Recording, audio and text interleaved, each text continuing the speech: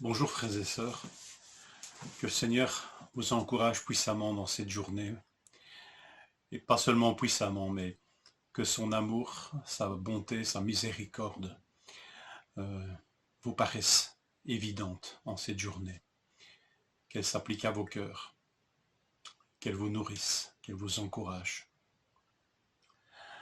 Acte 21, verset 19. L'apôtre répondit, « Seigneur, ils savent bien que j'allais de synagogue en synagogue pour faire mettre en prison et fouetter ceux qui croyaient en toi. » Des chrétiens sont troublés par le fait qu'ils n'ont pas un témoignage de conversion exceptionnel. Avons-nous déjà réfléchi au risque d'un témoignage exceptionnel? La lecture du jour nous invite peut-être à réfléchir sur ce sujet. À vous d'en juger si cette réflexion est pertinente. Le Seigneur se montre et parle à Paul. Vous y parlez de cela hier, comment est-ce que le Seigneur, Dieu lui avait promis, le Seigneur lui avait promis qu'il verrait le juste et qu'il entendrait sa voix. Et ici, le Seigneur se montre et parle et dit à celui qu'il appelle comme témoin devant tous les hommes de s'en aller de Jérusalem sans y témoigner. C'est quand même fort étonnant. Lui, le témoin, par excellence, le voilà qui est invité à s'en aller et ne pas témoigner. Paul va donc discuter avec le Seigneur. Il lui semble évident que les Juifs vont l'écouter, puisque il est un des leurs et il est celui qui a persécuté et s'est opposé de toutes ses forces à la foi en Jésus-Christ. Et le voilà maintenant défenseur de cette foi. Il est un des leurs, ils vont comprendre, ils vont être interpellés par ce revirement qui peut s'expliquer que par quelque chose de céleste. C'est certain. Cela ressemble beaucoup à l'histoire de Moïse, telle que rapportée par Étienne dans le livre des Actes, chapitre 7, versets 23-29. Ce Moïse avait un témoignage tellement puissant, lui, le jeune Israélite, le fils d'Israël, trouvé par la fille de Pharaon, et puis qui finalement devient un des personnages les plus importants du royaume. Quel témoignage!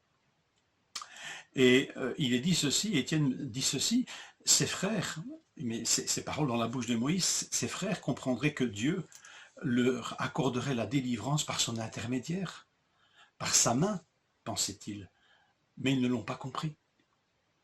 Ses frères comprendraient que Dieu leur accordait la délivrance par sa main. Voilà ce que les paroles mises dans la pensée de Moïse. Nous connaissons la suite de l'histoire et le rejet de Moïse par ceux qu'il croyait libérer. Ce Jésus et ses disciples que Paul pourchassait de tout son zèle et que maintenant il prêche, forcément ses frères vont comprendre.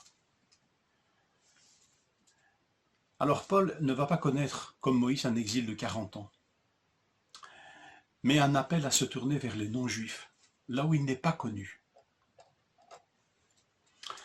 Une formation pour rappeler que le plus édifiant des témoignages de conversion ne suffit pas seul à amener des hommes et des femmes à se tourner vers le Seigneur d'une manière certaine. Un témoignage aussi percutant soit-il ne suffira jamais seul à amener des gens à se tourner vers le Seigneur. Alors prenons garde nous-mêmes à peut-être trop solliciter notre propre témoignage, ou le témoignage de frères et de sœurs qui ont connu des bouleversements spectaculaires.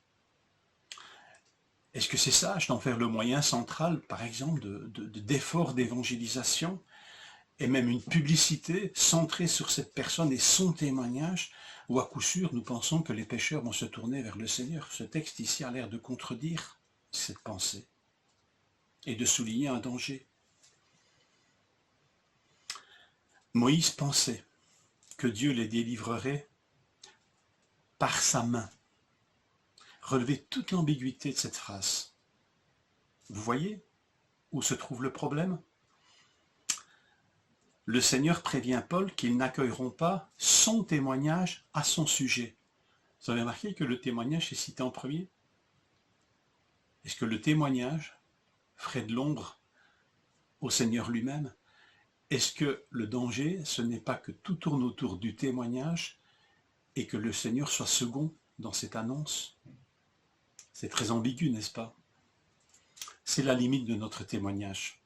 Ne pas attirer l'attention sur nous, mais sur le Sauveur. Paul annoncera donc l'Évangile là où son histoire n'est pas connue. Il y annoncera Christ crucifié sans la sagesse du langage, dit-il, sans manipulation, sans mettre en scène sa propre histoire. Il y annoncera Christ crucifié et mort pour ses propres péchés, et s'y parlera très peu finalement de son passé de persécuteur. Ce n'est pas nécessairement pour appeler des hommes et des femmes à la conversion. Combien de temps faut-il à un disciple, faut-il à un témoin de Jésus,